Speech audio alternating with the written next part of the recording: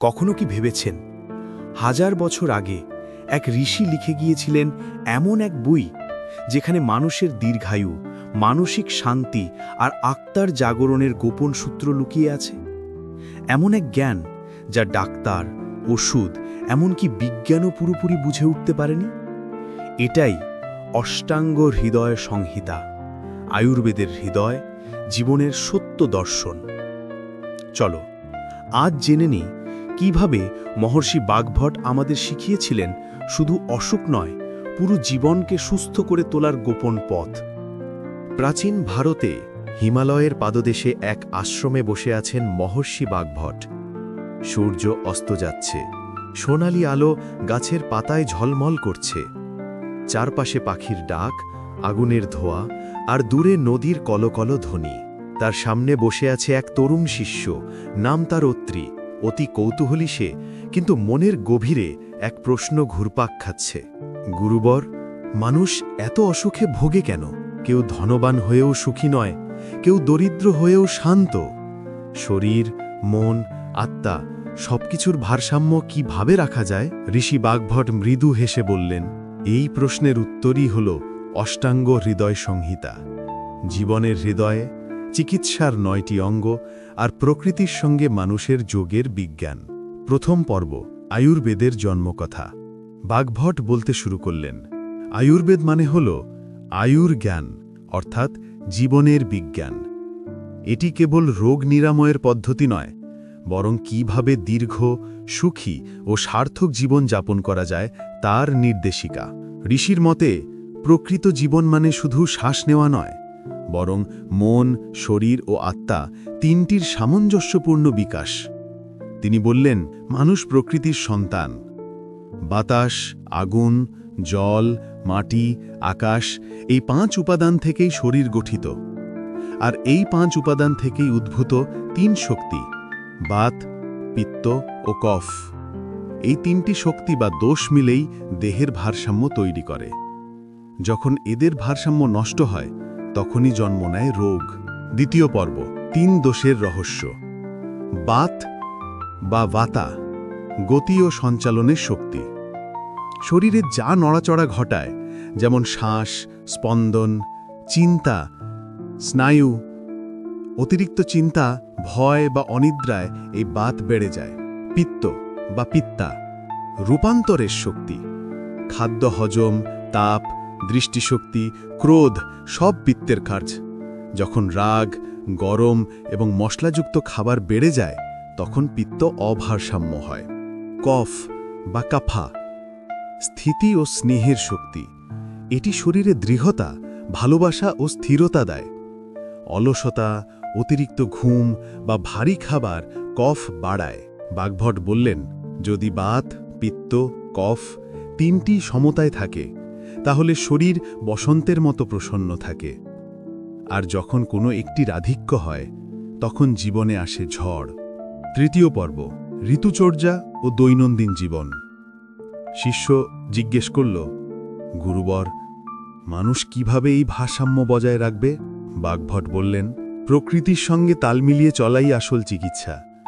তিনি শেখালেন দৈনন্দিন নিয়ম, অর্থাৎ দিনচর্যা, আর ঋতুচর্যা, অর্থাৎ ঋতুভিত্তিক নিয়ম। দিনচর্যা, সূর্যোদয়ের আগে ওঠো, হালকা ব্যায়াম করো, গরম পানি খাও, শরীর পরিষ্কার রাখো, নিয়মিত শরীরে তেল মালিশ, দুপুরে মূল আহার, রাতে হালকা খাবার, ঘুম ও জাগরণের সময় নির্দিষ্ট রাখো। ঋতুচর্যা, ঋতুর সঙ্গে খাদ্যাভ্যাস বদল। গ্রীষ্মে ঠান্ডা, হালকা খাবার, বর্ষায় মশলাযুক্ত ও হজমযোগ্য খাদ্য, শীতে ঘি, তেল ও গরম খাবার। বাগভট বললেন, প্রকৃতি যখন বদলায়, তুমি যদি না বদলাও, তখনই শরীরের ভিতরে অসুখ জন্ম নেয়। চতুর্থ পর্ব, শরীর ও জন্মের বিজ্ঞান। বাগভট এরপর বুঝালেন মানব জন্মের রহস্য। দেহ গঠিত হয় 7 ধাতু দিয়ে: রস, রক্ত, মাংস, মেদ, অস্থি, মজ্জা ও শুক্র। এই 7টি স্তর ঠিক থাকলে দেহ শক্ত, মনও প্রশান্ত। তার মতে স্বাস্থ্য মানে হল এই 7 ধাতুর সুষম প্রবাহ। অতিরিক্ত বা ঘাটতি হলে রোগ জন্ম নেয়। পঞ্চম পর্ব, রোগের উৎপত্তি ও চিকিৎসা। ঋষি বললেন, রোগ আসে 3 পথে। 1. অতিব্যবহার, 2. অপব্যবহার, 3. অব্যবহার।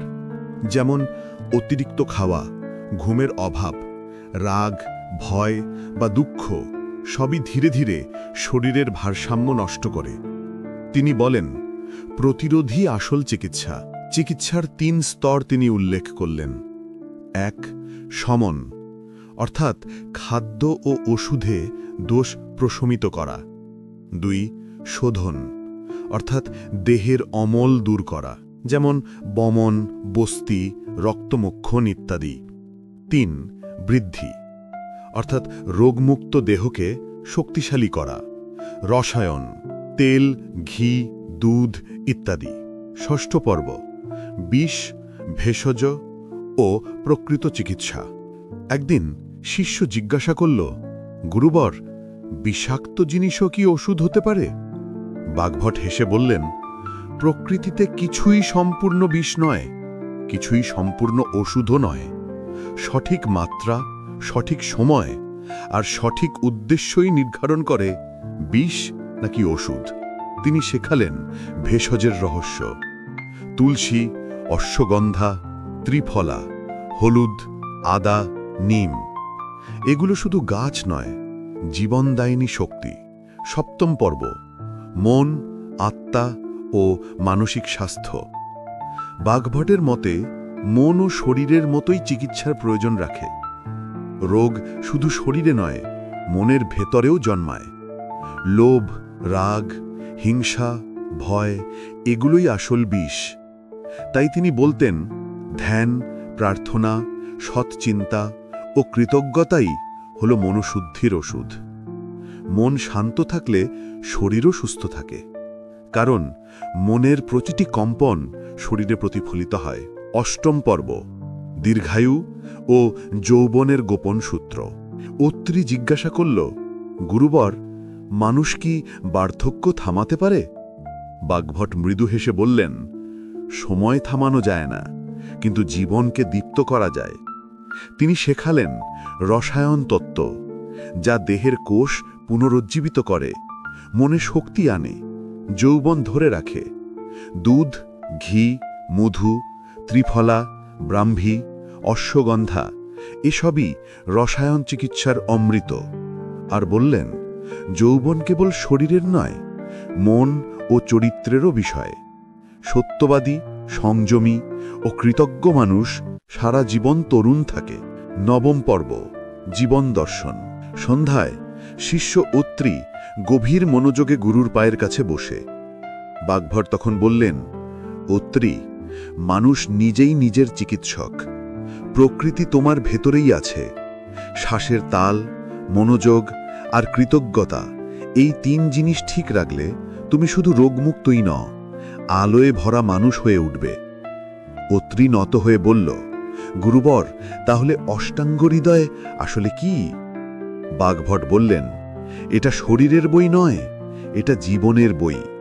এখানে শেখানো হয়েছে কিভাবে বাঁচতে হয়, কিভাবে ভালোবাসতে হয়, আর কিভাবে নিজের সঙ্গে শান্তিতে থাকতে হয়। উপসংহার, আজকের যুগে অষ্টাঙ্গ হৃদয়। আজ হাজার হাজার বছর পরেও অষ্টাঙ্গ হৃদয় শুধু চিকিৎসা বিজ্ঞান নয়, এটি এক সম্পূর্ণ জীবন দর্শন। যে কেউ এই জ্ঞান অনুসরণ করলে শরীর হবে সুষম, মন হবে প্রশান্ত, আর আত্মা পাবে মুক্তি। সুস্থ মানুষ মানে শুধু অসুখের অভাব নয়, বরং এমন এক জীবন যেখানে শরীর, মন, প্রকৃতি ও আত্মা এক সুরে গায় জীবনের সঙ্গীত। তুমি যদি বিশ্বাস করো জীবন শুধু শ্বাস নেওয়া নয়, বরং প্রতিদিন একটু করে নিজেকে জানার যাত্রা, তাহলে এখনই সাবস্ক্রাইব করো অডিও ওয়েভ বাংলা। কারণ এখানে আমরা শিখি কিভাবে শরীর, মন আর আত্মাকে এক সুরে বাঁধা যায়।